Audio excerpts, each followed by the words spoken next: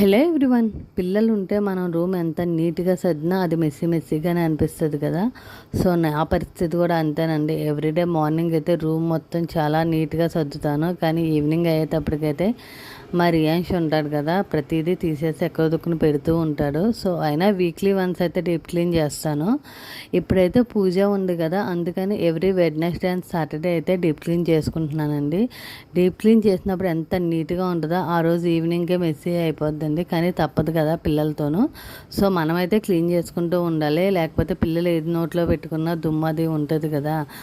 So ఇది వచ్చేసైతే రియాన్షిది bull aquarium అండి, అదైతే ఉండాలి వాటికి. సో ఇంకా రూమ్ అయితే క్లీన్ చేసేసుకుని ఒకసారి మాప్ అయితే వేసేసుకున్నాను. పూజ ఉంటుంది కదండి, సో అందుకని పూజకి కట్టుకునే శారీ అయితే నేను ముందు రోజే వాష్ చేసుకుంటాను. ప్రతి పూజకి నేను అలానే చేస్తానండి. నాకు ఇదొక అలవాటు. సో నేను ఇంకా అదే కంటిన్యూ అవుతూ ఉంటానండి. Thank you, bye.